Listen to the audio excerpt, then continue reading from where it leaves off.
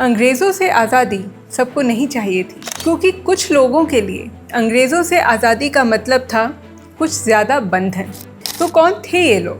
तो बात है 1940s की। भारत में कई राजा और नवाब थे जिनकी अपनी रियासतें थी और ऐसे 562 से ज़्यादा प्रिंसली स्टेट्स थे। उनका अपना शासन था, अपनी इज्जत थी और अपना ओहदा था। और दूसरी तरफ थे नेहरू और बोस जैसे लोग जो पूर्ण स्वराज की डिमांड करते थे और सबके लिए बराबरी चाहते थे। लेकिन एक महाराजा की नज़र से सोचिए, अगर सब बराबर हो गए तो इनके राजा होने का मतलब क्या रह जाएगा? ब्रिटिश रूल के दौरान इंडियन प्रिंसली स्टेट्स के हेड्स और ब्रिटिशर्स के बीच में एक कन्वीनियंट अरेंजमेंट था।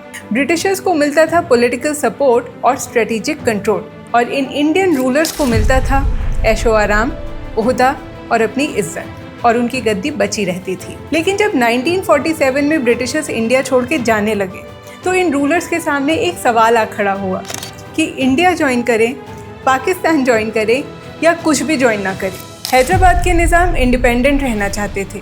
ट्रैवनकोर ने भी इंडिपेंडेंट रहने का इरादा जाहिर कर दिया।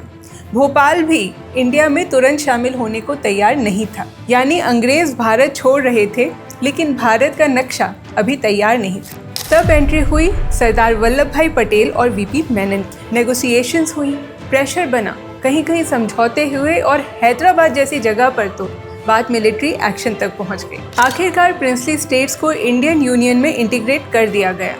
तो 15 अगस्त 1947 को हमें आज़ादी तो मिली, लेकिन एक देश बनाना अभी भी बचा हुआ था। सोचिए, अगर ये प्रिंसली स्टेट्स इंडिपेंडेंट ही रह जाते तो आज हमारे भारत का नक्शा कैसा दिखता।